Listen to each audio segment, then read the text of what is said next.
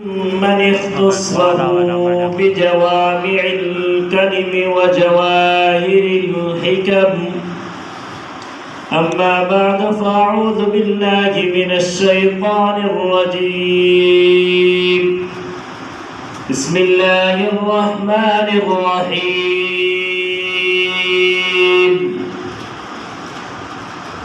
إنا نحن نزلنا الذكر وإنا له لحافظون. وقال النبي صلى الله عليه وسلم: خيركم من تعلم القرآن وعلمه. صدق الله العظيم وصدق رسوله النبي الكريم. ونحن على ذلك لمن الشاهدين والشاكرين والحمد لله رب العالمين. درود پاک پڑھ لیں. اللهم صل على محمد وعلى آل محمد كما صليت على إبراهيم وعلى آل إبراهيم إنك حميد مجيد. اللهم بارك على محمد وعلى آل محمد كما باركت على إبراهيم وعلى آل إبراهيم إنك حميد مجيد. وہ معزز تھے زمانے میں مسلمان ہو کر، وہ معزز تھے زمانے میں مسلمان ہو کر، ہم ذلیل و خوار ہوئے تارک قرآن ہو کر. مسجد کی فضا میں اذان تو اب بھی ہوتی ہے اکبر، مسجد کی فضا میں اذان تو اب بھی ہوتی ہے اکبر، پر جس ضد سے دل ہل جایا کرتے تھے اب وہ اذان نہ رہی اکبر. معزز و محترم سامعین، میں اس مسجد کی انتظامیہ کو اور حافظ صاحبان کو، خصوصاً قاری مشتاق صاحب دامت فیوزوں کو دل کی اتھا گہرائیوں سے مبارکباد پیش کرتا ہوں. اور مجھے بڑی خوشی ہوئی ہے، تقریباً 20 سال کے بعد قاری صاحب سے ملاقات ہوئی اور ان کی تلاوت سنی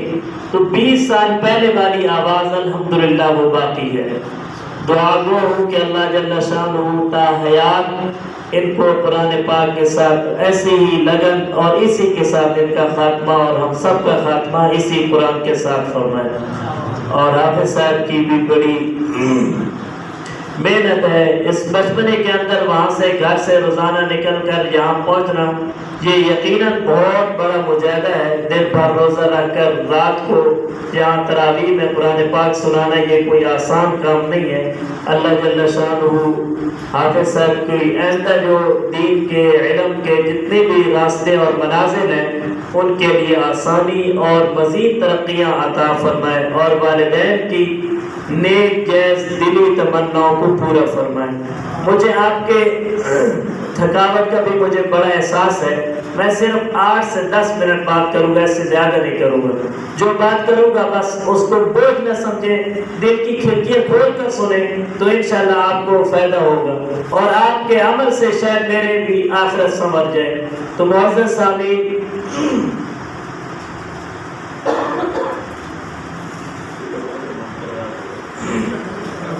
سامعین، میں نے آپ حضرات کے سامنے قرآن پاک کی ایک مختصر سی آیت مبارکہ تلاوت کی ہے جس میں اللہ جل شانہ نے فرمایا: اِنَّا نَحْنُ نَزَّلْنَا الذِّكْرَ وَإِنَّا لَهُ لَحَافِظُونَ، کہ اللہ جل شانہ نے بہت ساری آسمانی کتابیں اور صحیفے نازل کی ہیں. کسی کتاب کا تورات کو پڑھ لیں، زبور کو پڑھ لیں، انجیل کو پڑھ لیں، حضرت نوح علیہ نبینا علیہ السلام پہ نازل ہونے والے صحیفے پڑھ لیں، حضرت داؤد علیہ السلام پر اترنے والے صحیفوں کو پڑھ لیں. کسی صحیفے کے اندر، کسی کتاب کے اندر کہیں آپ کو اس کا ذکر نہیں ملے گا کہ اللہ جل شانہ نے فرمایا ہو کہ اس کتاب کو میں نے نازل کیا ہے اور اس کی حفاظت اور نگہبانی کا ذمہ بھی میں لیتا ہوں۔ کسی کتاب کے بارے میں نہیں فرمایا، یہ صرف اسی کلام پاک کے بارے میں فرمایا ہے کہ یہ میں نے نازل کیا اور میں ہی اس کا نگہبان ہوں۔ اب وہ نگہبانی اور وہ حفاظت کیسی ہے، وہ کیسے استعمال ہوتے ہیں، کون لوگ استعمال ہوتے ہیں، ان کے بارے میں بھی خود اللہ نے قرآن میں بتا دیا، بل هو آیات بینات فی صدور الذین اوتوا العلم، کہ اللہ جل شانہ فرماتے ہیں کہ میں اس قرآن کی کیسے حفاظت کرتا ہوں، اس کی شرط کی کیسے حفاظت، اس کے نقاط اور اس کے حروف کی کیسی حفاظت ہے۔ فرمایا کہ وہ لوگ ہیں جن کے صدور، جن کے قلوب، جن کے دل جو ہے وہ قرآن کا خزینہ اور قرآن کا صندوق بن جاتے ہیں، جس پہ وہ قرآن محفوظ ہو جاتا ہے۔ تو اللہ پاک فرماتے ہیں کہ میں اس کی کبھی تو اس طرح حفاظت کرتا ہوں، کبھی تو اس کی حفاظت جو ہوتی ہے کہ حجاج بن یوسف نے جب قرآن پاک کے اوپر یہ نقطے زیر زبر اور شدے مدے اور پیشے لگوائی ہیں، تو ایک قبیلہ چل کے حجاج بن یوسف کے پاس آتا ہے، مشہور بات ہے، حجاج بن یوسف کے پاس چل کے آتا ہے کہ آپ اس طرح کریں کہ فَعَبَوْ کی جگہ فَعَتَوْ آپ کر دیں۔ ایک نقطہ ہے، ایک نقطہ، باقی نیچے ایک نقطہ ہے، اس کو ختم کر کے تا بنا دیں، جو آپ چاہیں گے ہم آپ کو دینے کے لیے تیار ہیں۔ لیکن اللہ نے اس کی حفاظت کروانی تھی، تو حجاج بن یوسف نے یہ کہا کہ یہ نہیں ہو سکتا ہے، جو قرآن میں ہے وہی رہے گا۔ تو کبھی تو یوں حفاظت ہوتی ہے، تو کبھی یوں حفاظت ہوتی ہے کہ درسگاہوں میں چٹائیوں پہ بیٹھے یہ چھوٹے چھوٹے معصوم کلیاں چمکتے دمکتے مہکتے یہ پھول قرآن پاک کو اپنے دل کے اندر سما لیتے ہیں، اپنے دل کے اندر اس کو محفوظ کر لیتے ہیں۔ کبھی تو یہ معصوم بچے راتوں کو تہجد کے وقت اٹھ کر قرآن کو یاد کرتے ہیں، تو یہ بھی قرآن کی حفاظت ہو رہی ہے۔ ہر طرح سے قرآن پاک کی تعریف کو اللہ نے محفوظ کیا ہے، تو یہ قرآن پاک کی حفاظت کا ذمہ اللہ نے لیا ہے۔ تو مختلف طریقوں سے اللہ جل شانہ کامیاب وہ لوگ ہیں کہ جو لوگ اس قرآن کی حفاظت کے لیے استعمال ہو جاتے ہیں، اور انہی کے بارے میں نبی کریم صلی اللہ علیہ وسلم نے فرمایا کہ علم سوال ادا ہوتا ہے یوم القیامہ ضوءہ احسن من ضوء الشمس، کہ نبی کریم صلی اللہ علیہ وسلم فرماتے ہیں، انہی معصوم بچوں کے بارے میں فرماتے ہیں جو رات کو تہجد کے وقت اٹھ کر رات گئے 9-10 بجے تک قرآن پاک کھول کے پڑھتے ہیں، انہی کے بارے میں پیارے پیغمبر نبی کریم صلی اللہ علیہ وسلم فرماتے ہیں کہ قیامت کے دن ان لوگوں کی قدر ہمیں معلوم ہوگی جب اللہ پاک ان کو ایک ایسا تاج پہنائیں گے، ایک ایسا جوڑا پہنائیں گے کہ فرماتے ہیں کہ ان کے والدین کا یہ اعزاز ہوگا کہ ایسا تاج اور ایسا جوڑا اور ایسا ہار پہنایا جائے گا کہ نبی کریم صلی اللہ علیہ وسلم فرماتے ہیں کہ ضوءہ احسن من ضوء الشمس، اتنا چمکتا دمکتا، اتنا خوبصورت اور اتنا نورانی تاج ہوگا کہ فرمایا کہ یہ جو دنیا کا سورج تمہیں نظر آ رہا ہے یہ اس کی روشنی ماند پڑ جائے گی، اتنا خوبصورت اور اتنا منور تاج، اتنا منور جوڑا پہنایا جائے گا والدین کو، حافظ کو نہیں، والدین کو وہ تاج پہنایا جائے گا کہ فرمایا کہ جس کی روشنی اس دنیا کے سورج سے کہیں زیادہ ہوگی۔ یہ تو اس کے والدین کا مقام ہے کہ اس کے والدین نے بچے کو اپنے سے اختراع کیا، اپنے سے بچے کو دور رکھ کے قرآن پاک حفظ کروایا، اور قیامت کے دن اسی حافظ قرآن سے کہا جائے گا، اللہ پاک فرمائیں گے کہ حافظ قرآن کو فَرْتَقِ وَرَتِّلْ كَمَا كُنْتَ تُرَتِّلُ فِي الدُّنْيَا، اے حافظ تو پڑھتا جا اور جنت کے محلات اور سیڑھیوں کو عبور کرتا جا، محلات پہ چڑھتا جا، فَإِنَّ مَنْزِلَتَكَ، تیری وہ منزل ہوگی، فَإِنَّ مَنْزِلَتَكَ إِلَىٰ آخِرِ آیَاتِ، جہاں تیری والناس ہوگی وہ تیرا مقام ہوگا۔ ہمارے استاد فرمایا کرتے تھے، حفاظ بھی بیٹھے ہیں، ہمارے استاد فرمایا کرتے تھے یہ جنت کے جو محلات ہیں، جنت کی جو سیڑھیاں ہیں، وہی حافظ پار کرے گا، وہی اوپر چڑھے گا جس کو قرآن یاد ہوگا، ورنہ وہ وہی اٹک جائے گا، جس کو یاد نہیں ہوگا وہ اوپر تو نہیں جائے گا۔ تو اس لیے حافظ صاحبان بھی بہت سارے وفات تشریف فرمائے، تو خدا کے لیے قرآن پاک جب آپ نے پڑھا ہے تو اب اس کو یاد بھی رکھو۔ تو میرے بھائیو یہ آج طاق رات ہے، شب قدر ہے، دعا کریں کہ اللہ جل شانہ ہم میں سے ہر ایک کو یہ رات نصیب فرما دے۔ نبی کریم صلی اللہ علیہ وسلم کے مختلف اقوال سے علماء یہی کہتے ہیں کہ یہ جو رات ہے شب قدر یہ کوئی رات بھی ہو سکتی ہے، ہمیشہ ایک رات نہیں ہوتی ہے، کبھی 21 کی ہوتی ہے، کبھی 23 کی، کبھی 27 کی ہوتی ہے۔ تو ان راتوں کو جا کر اپنے اللہ کو منوا لو، یہی دن ہے۔ یہ شکر ہے کہ اللہ جل شانہ نے ہمیں ایک دفعہ پھر ہماری زندگیوں میں یہ ایک مہمان پھر دوبارہ بھیجا ہے۔ اب ہماری یہ خوش قسمتی ہے کہ ہم اپنے آپ کو اللہ سے قبول کروا لیں، اپنے آپ کو اللہ سے مغفور بنا لیں۔ فرماتے ہیں نبی کریم صلی اللہ علیہ وسلم کہ جب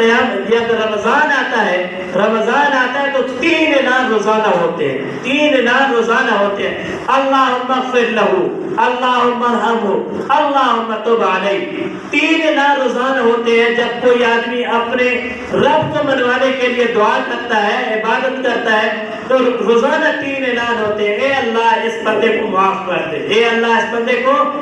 فرشتے اعلان کرتے ہیں، اے اللہ اس دعا کرتے ہیں فرشتے، اے اللہ اس بندے کو معاف کر دے، اے اللہ اس بندے پہ رحمت نازل کر دے، اے اللہ اس بندے کی توبہ بھی قبول کر لے۔ اور آپ کو یہ بات بتاتا چلوں، فرشتے کبھی کسی کے لیے دعا اس وقت تک نہیں کرتے ہیں جب تک کہ فرشتوں کو اللہ کی طرف سے حکم نہ ہو جائے کہ اس بندے کے لیے تم دعا کرو۔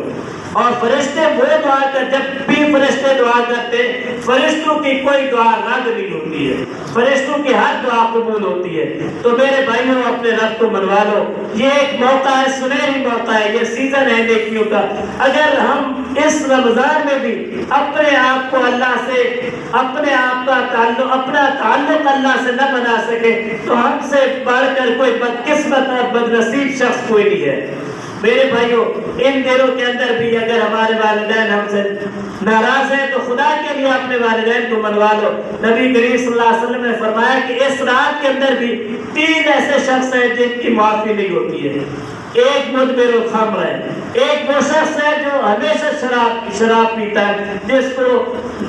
اس رات کے اندر بھی معافی کا کھانا نہیں ہے۔ جب تک کہ شراب چھوڑ کے اللہ کے دربار میں سجدہ ریز نہ ہو جائے، توبہ نہ کر لے، اس کی معافی نہیں ہوتی۔ دوسرا نبی کریم صلی اللہ علیہ وسلم نے فرمایا عاقر الوالدین، والدین کا نافرمان بھی اس رات کو اللہ کی رحمت سے دور ہے، اللہ کی مغفرت سے دور ہے۔ تیسرا فرمایا قاطع الرحم، تیسرا وہ شخص، اس بات پہ غور کرنی ہے، تیسرا نبی کریم صلی اللہ علیہ وسلم نے فرمایا جو رشتوں کو توڑنے والا ہے، جو رشتہ داریوں کو ختم کرنے والا ہے، اس کی بھی اس رات کے اندر مغفرت نہیں ہوتی۔ میرے بھائیو آج میں اور آپ اپنے گریبان میں دیکھیں، اپنے گریبان میں جھانکیں کہ آج ہمارے گھر کا کیا حال ہے، آج ہمارے خاندان کہاں تک پہنچ چکے ہیں، آج ہمارے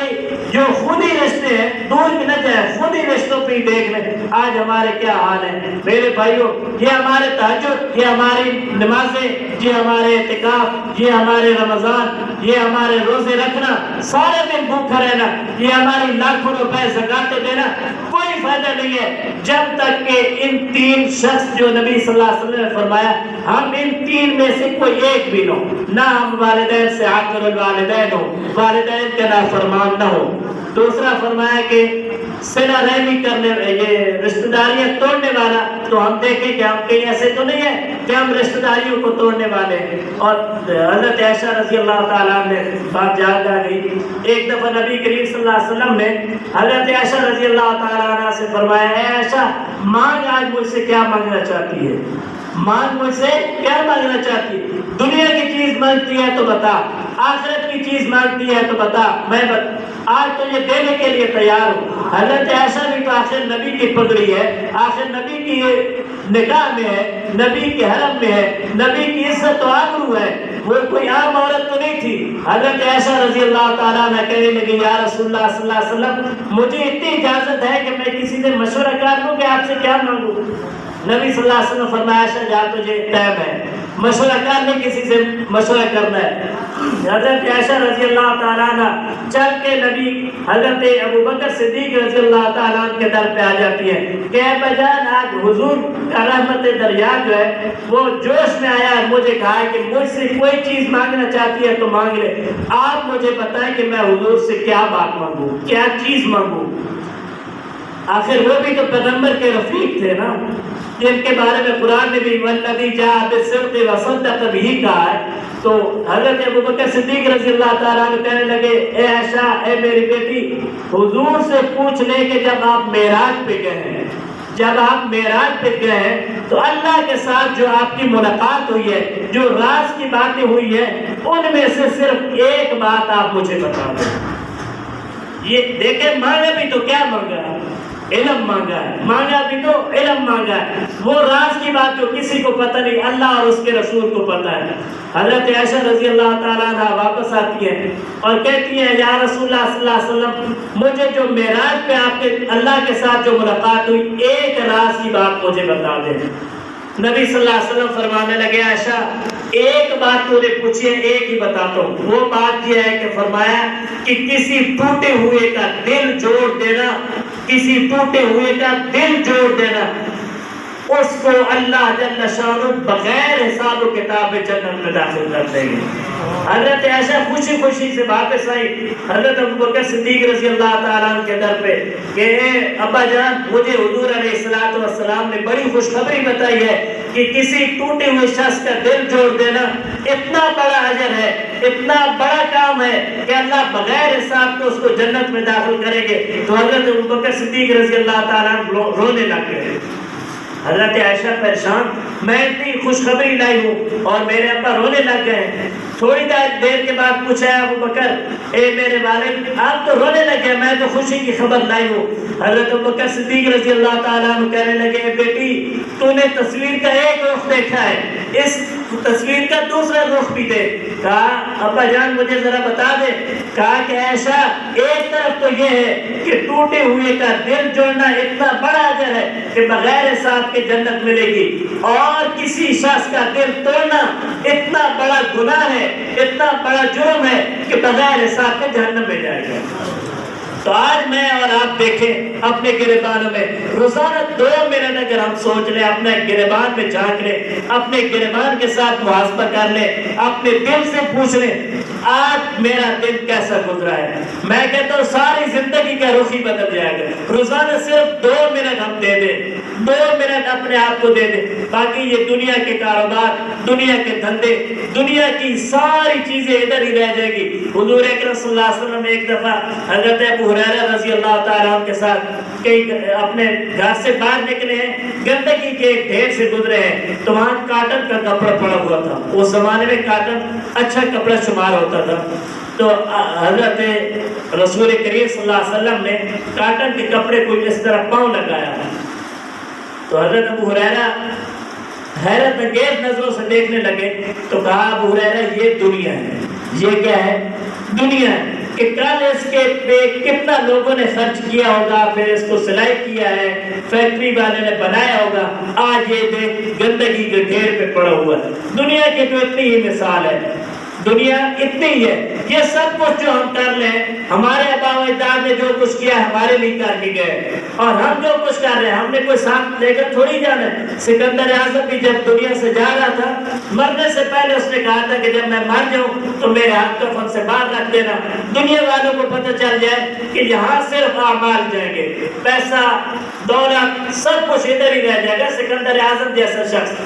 تو میرے بھائیوں، یہ جو جتنا بھی ہم کر رہے ہیں، جتنا بھی کر رہے ہیں پیچھے والوں کے لیے کر رہے ہیں، اپنے لیے صرف یہ ہے کہ جو ہم نیک اعمال کر جائیں گے وہی کام آئیں گے۔ آخرت میں ہمارے یہ کاروبار، ہمارے یہ دنیا کے دھندے کسی کام نہیں آئیں گے، وہی آئیں گے جو ہم اپنے ہاتھ سے خرچ کر لیں گے، اپنے ہاتھ سے کوئی مسجد بنا دیں گے، کوئی مدرسہ بنا دیں گے، کوئی ہسپتال بنا دیں گے، کوئی اور نیکی کا کام کر جائیں گے، وہ ہمارے کام آئے گا۔ تو اپنے لیے روزانہ 2 منٹ کم از کم ہر شخص دے دے کہ آج کا دن میں نے کیسا گزارا ہے، تو انشاءاللہ زندگی کا سارا رخ ہی اس سے تبدیل ہو جائے گا۔ دعا ہے کہ اللہ جل شانہ ہمارا یہ مل بیٹھنا قبول فرمائے اور ذریعہ نجات کا، اس کو نجات کا ذریعہ بنائے۔